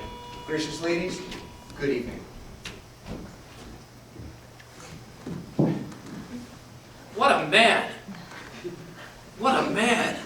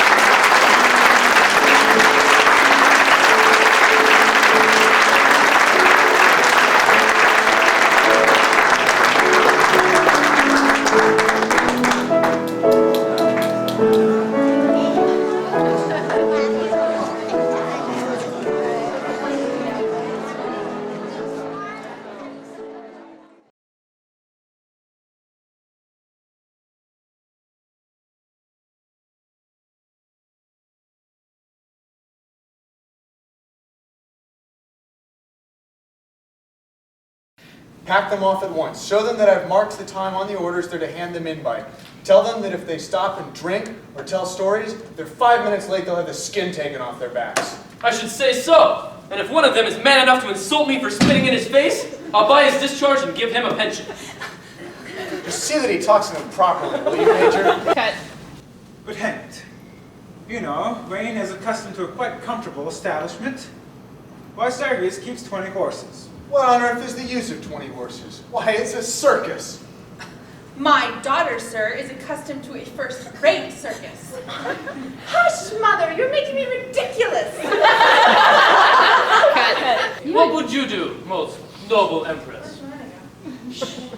I would marry the man I loved, which no other queen in Europe has the courage to do. If I loved you, though you'd be as far beneath me as I'm now beneath you. I would dare be the equal of my inferior. Would you dare as much if you loved me? No. If you felt the beginnings of love for me, you would not let it grow. You wouldn't marry a rich man's wife because you'd be afraid of what other people would say of you. You lie! It is not so by the stars. If I loved you, or the rich man's wife, or the czar himself, I would set both of you on the throne by my side. Cut. Then I'll just keep going with the line. So too. close the door and come out. Forgive me, dear. It was only a jest. I'm so happy today. Sergius, Raina, I am sorry to disturb your children, but Paul is simply distracted over those 3 regiments. He doesn't know how he's going to send them to Philippopolis, and he objects to every suggestion of mine. So do I. Every implication, everything. And has Nicola taken to drinking? First he shows Captain Blunchley out here when he knew quite well I was in the library. And then he goes downstairs and breaks free as a childless soldier. He must...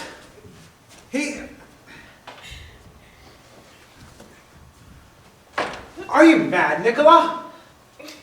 Quite, sir. What have you brought that out here for? It contains the remnants of the chocolate cream soldier, sir, which I was feeding to Major Saranov's youngest child.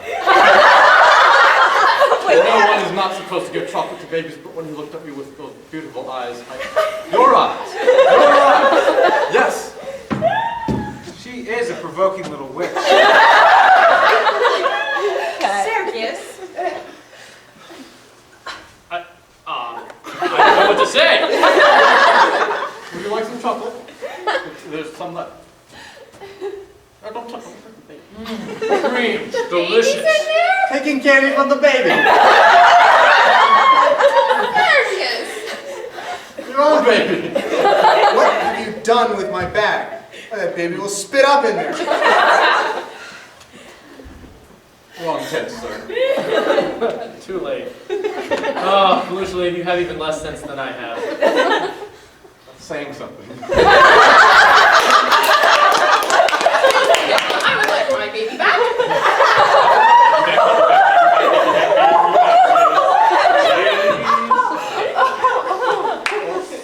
You want to say anything?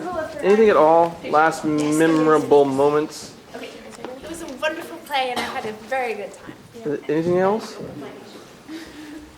I would like to have some chocolate creams myself. yes, but just for the record, the chocolate creams were actually grapes. Yeah.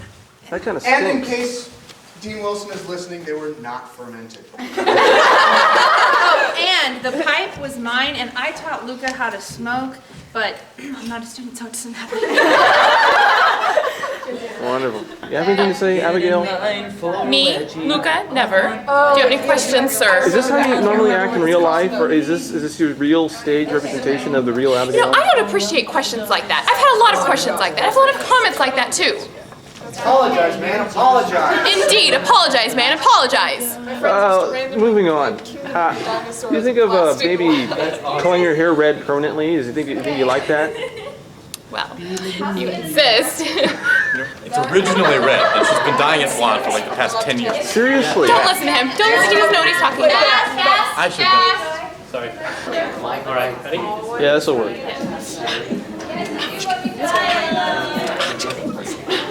Wait, keep doing it. I make signals.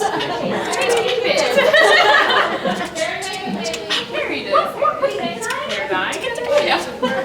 They were soldiers. Abigail's a permanent redhead. I don't know. We sent pictures to Rehearsal's meant to be the Nick of me and hey, somebody go pick it up and hold it. Yeah. I'm waiting for the funny part. Well, okay, no. He's videoing us. Oh, okay. It's not audible, it's not funny.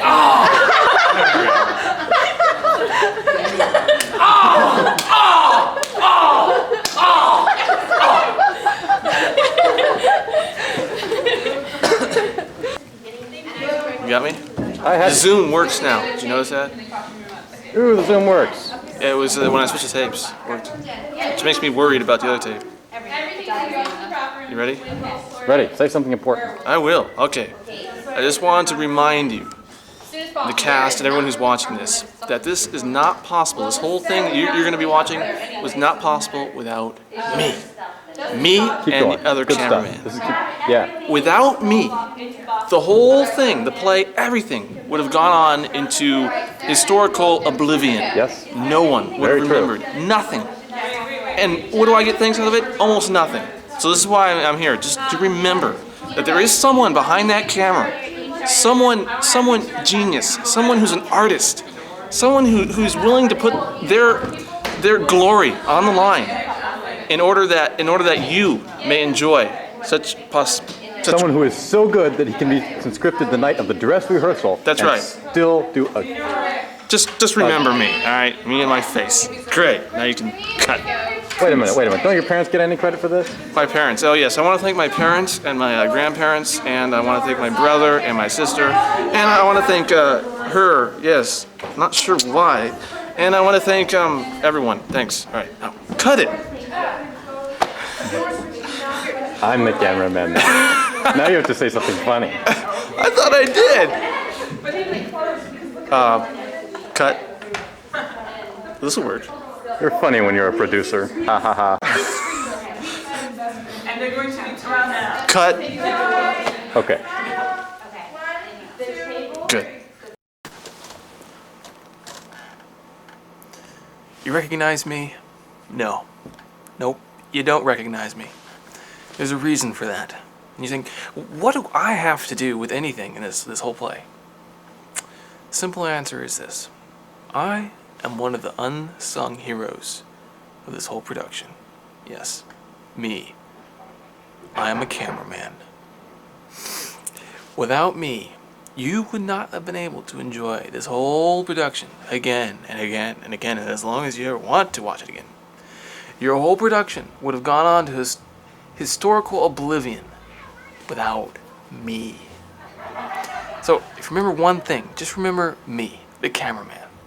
The man who made all this possible. The man whom without me,